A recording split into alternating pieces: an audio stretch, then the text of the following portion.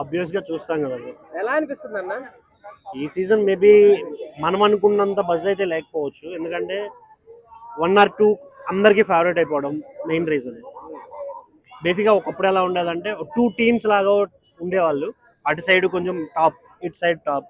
So ఓట్లు ఎవరికి వేయాలి, ఎవరిని గెలిపించాలి, ఈ థాట్లో ఉండేవాళ్ళం కాబట్టి ఎక్కువ మంది చూసేవాళ్ళు. బట్ ఇప్పుడు సీజన్ ఏంటంటే ఓన్లీ 1 or 2 వీళ్ళే విన్నర్ మెటీరియల్ అని ముందే ఫిక్స్ అయిపోయారు జనాలు. సో కాబట్టి మరీ అంత బజ్ లేదు. వేరే వాళ్ళు పట్టించుకుంటలేరు, వేరే వాళ్ళని అసలు వేరే వాళ్ళ గురించి మాట్లాడడం కూడా లేదు బయట.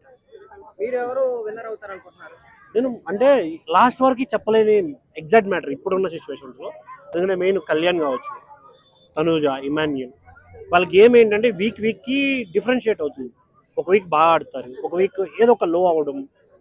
సో అప్పుడు ఏంటి, ఓట్స్ కూడా షేర్ అవుతున్నాయి, ఈక్వల్గా పడుతున్నాయి.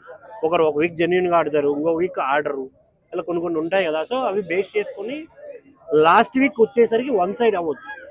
బేసిక్గా ఒకప్పుడు 1 సైడ్ అయిపోయాడు. 10th వీక్ 9th వీక్ వచ్చేసరికి వీడు విన్నర్, వీడే విన్నర్, ఇంక వేరే వాళ్ళు ఉన్నా లేకపోయినా వీడే విన్నర్ అనే టైప్లో ఉండేది. బట్ ఇప్పుడు అలా లేదు సీజన్. వైల్డ్ కార్డ్ ఎంట్రీ అవసరం అంటారా? ఎందుకంటే ఫస్ట్ ఉన్న వాళ్ళని బయటకు పంపించేసి తర్వాత వాళ్ళని మళ్ళీ లోపలికి తీసుకోవడం.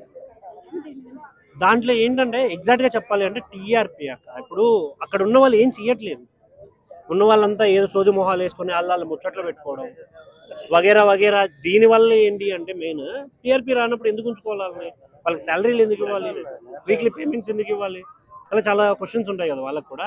సో వాళ్ళని పంపించి ఇప్పుడు తీసుకొచ్చిన వాళ్ళల్లో కూడా మొన్నటి వరకు మాధురి గారిని చాలా మంది నెగిటివ్ చేశారు, కేసులు పెట్టారు బిగ్ బాస్ మీద. బట్ ఆవిడే కంటెంట్ ఇస్తుంది, ప్రతి చిన్న విషయానికి రైజ్ అవుతుంది, గొడవ పడుతుంది, అదే కదా కంటెంట్. సో కాబట్టి ఆవిడని ఇప్పుడు వీకెండ్ ఎపిసోడ్లో కూడా నాగార్జున గారు పద్ధతిగానే చెప్తున్నారు, ఆవిడకి అరవట్లేదు. బేసిక్గా శివాజీ గారు సేమ్ టైప్ ఆఫ్ డైలాగ్ వాడినప్పుడు నాగార్జున గారు ఎంత సీరియస్ అయ్యారు. నిన్న జరిగిన సేమ్ ఇష్యూ మాధురి గారు రీతున్ ఉంది కదా డైలాగ్, దానికి ఎలా రియాక్ట్ అయ్యారో దాన్ని బట్టి మీకు అర్థమవుతుంది. నాట్ అరవడం ప్రాపర్గా ఉండదు. ఇప్పుడు తన చుట్టూ ఎగ్జాక్ట్గా చెప్పాలంటే మాధురి గారు పాయింట్ బట్టి ఎవరినైతే తన చుట్టూ తిప్పుకుంటే బిగ్ బాస్ హౌస్లో ఓట్స్ పడతాయి అనే పాయింట్ బట్టి. మిగతా వాళ్ళకి ఆ లాజిక్ అర్థం కాలేదేమో. బయట చూసిన వాళ్ళందరికీ తెలుసు తనూజ ఫేవరెట్ ఉంది, ఇమానియల్ ఫేవర్గా ఉన్నాడు, కళ్యాణ్, ఇంకో 1 or 2 ఉన్నారు. వీళ్ళతో ఆవిడ క్లోజ్గా అవ్వడం మొదలెట్టింది. సో దాన్ని బట్టి ఆవిడకి బజ్ వస్తుంది. ఇప్పుడు మాధురి గారు వచ్చినా కూడా విత్ ఇన్ ఓట్లు గుద్దుతారు. ఈవెన్ తనూజ లేకపోయినా, ఇమానియల్ లేకపోయినా ఆ ఓట్స్ అని మాధురి గారికి పడేలాగే ఉంది ఇప్పుడున్న సిచ్యువేషన్. బయట అంటే ప్రతి ఒక్క టీంకి పిఆర్ఓ ఉంటారు అక్క, ప్రతి ఒక్కరికి ఓట్స్ వేయించుకుంటారు, సపోర్ట్ చేయించుకుంటారు. కానీ ఇక్కడ ఆలోచించాల్సింది ఏంటంటే వాళ్ళు ఆడే గేమ్ను బట్టి వీళ్ళు మారుతున్నారా లేదా అన్నది మనకు పాయింట్. ఇప్పుడు ఇమానియల్ ఉన్నాడు, తనకి ఒక పిఆర్ఓ ఉంటాడు, తనుజ ఉంది, తనుజకి పిఆర్ఓ ఉంటాడు.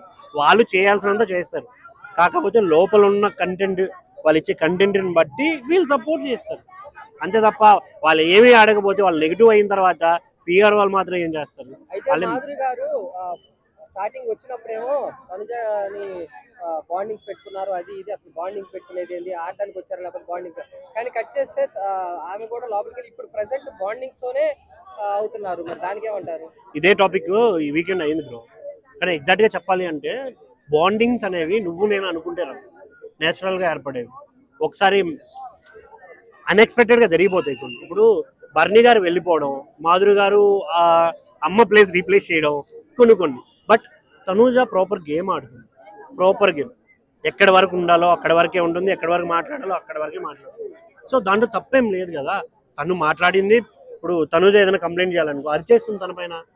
బేసిక్గా అదే బర్నీ గారు ఉన్నప్పుడు ఇప్పుడు బర్నీ గారి మీద అరవలేదు, అదే నెగిటివ్ అయింది ఆవిడ. దాన్ని మార్చుకుంది, ఇప్పుడు మంచి విషయమే కదా.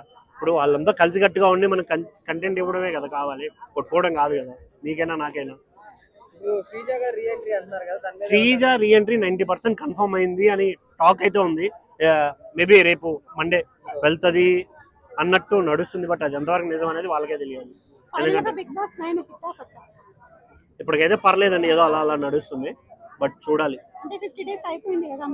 50 days అంటే ఇక్కడ ఏమైపోతుందంటే ఒక టైప్ ఆఫ్ ఆడియన్స్ ఉంటారు, ఏదో సరదాగా చూసేద్దాంలే దాని గురించి ఎందుకు మాట్లాడడం, ఈ టైప్ కొందరు ఉంటారు. కొందరు సీరియస్గా తీసుకుంటారు, మా ఓన్ అంటారా, మా ఫేవరెట్ కంటెస్టెంట్ అంటారా, ఇలా సీరియస్ తీసుకుంటారు. అవి కొన్ని సీజన్లోనే నడిచాయి, ఈ సీజన్ అంతగా లేదు అనే ఫీలింగ్ అయితే ఉంది నాకు. ఎందుకంటే లైక్